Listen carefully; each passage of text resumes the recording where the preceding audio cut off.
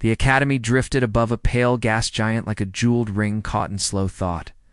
It gathered students from many worlds and trained them to judge strength through lectures and simulations. Most of the halls smelled of metal and cold light. In the Hall of Comparative Survival, a crowd settled into curved seats, while a towering instructor prepared to speak. He had plated limbs and eyes that shone with pride. His name was Kor. He enjoyed this hall because it rewarded confidence and crushed doubt. Kor began, as he always did, with a tale meant to impress. He spoke of fragile species and harsh stars. He spoke of calculations and rankings. He spoke of how certain races vanished when pressure increased. His voice carried across the chamber and wrapped around the young minds like wire. He paused for effect and then spoke of humans. He described them as brief sparks. He claimed that trials designed by greater minds had removed them from relevance. He laughed in a way that suggested certainty and comfort. Most students reacted with the expected awe. A few leaned forward to hear more. Some glanced toward the human section where a single student sat. She was smaller than many others and wrapped in plain fabric. Her badge read Mira. She had arrived from a blue world that the charts labeled hostile. She listened without moving. Her breathing remained steady. Her eyes stayed on the instructor without fear or anger. Kor continued.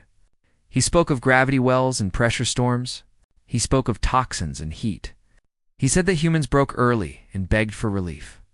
He said the academy no longer admitted them for field trials because the results bored the faculty. His tone sharpened as if savoring a memory.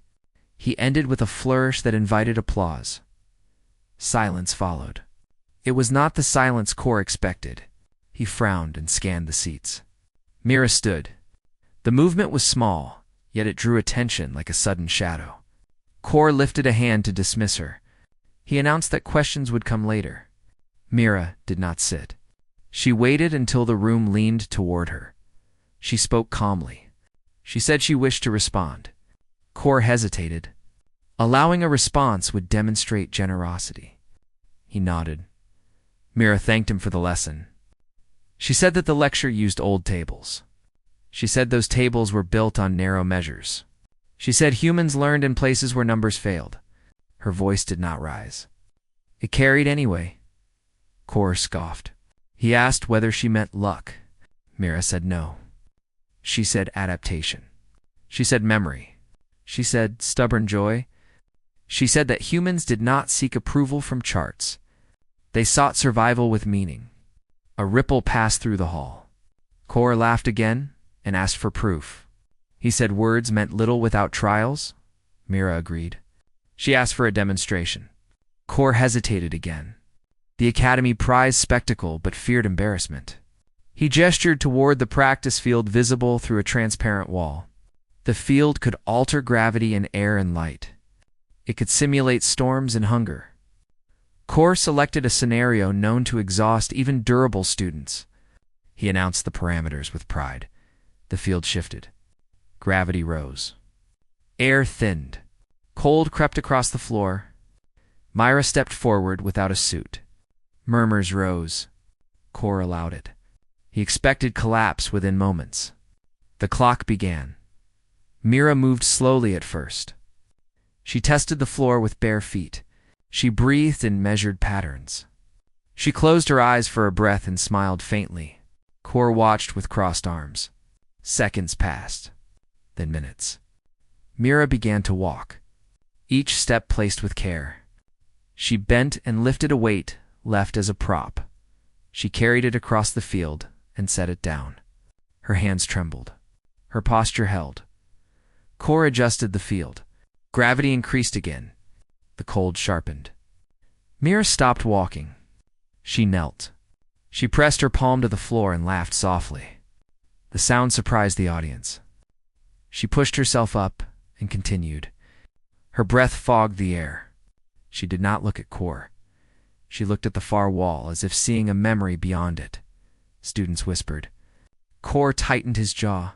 He increased the challenge. The field introduced a biting wind. Mira staggered. She fell to one knee. She remained there for a moment. Then she rose again. Her face showed strain but also focus. She moved with a rhythm learned over years.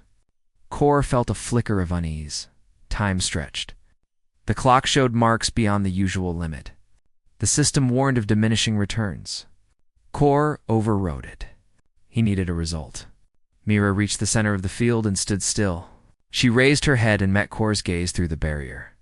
She spoke, but the wind carried her words away. Kor leaned closer. The field fell silent. Mira said that humans lived on a world that taught lessons daily. She said storms arrived without notice. She said gravity shaped bones and will. She said life learned to bend and then to push back.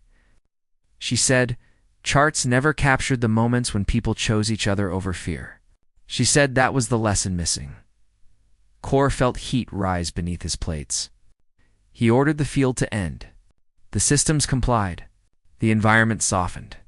Mira swayed and steadied herself. Med staff moved, but she waved them away. She stepped out and returned to her seat. Applause rose slowly and then filled the hall. Kor tried to speak. His words tangled. He realized that the demonstration had not been about endurance alone. It had been about control and calm. He had expected a spectacle of suffering. He had witnessed a quiet refusal to break. His authority felt thinner. He cleared his throat and dismissed the class early. Later that cycle, the faculty gathered. Data scrolled across the air. Kor presented his view with care. He avoided grand claims. Others spoke of observation and humility. Mira was invited to share. She declined the platform and submitted a brief report instead. It described training through community and joy. It suggested new metrics. In the days that followed, the academy changed its language. Humans were no longer a footnote. New courses appeared. Survival became resilience. Competition became cooperation. Kor adapted as well. Pride gave way to curiosity. He sought Mira out and asked to learn. She agreed with a nod. Beyond the academy, the gas giant turned. Ships arrived and departed. Stories traveled. They said a girl from a harsh world had stood in a hall and shifted a measure. They said she did not shout or threaten. They said she showed what endurance looked like when paired with kindness. And in those stories, humanity grew larger not through conquest, but through example.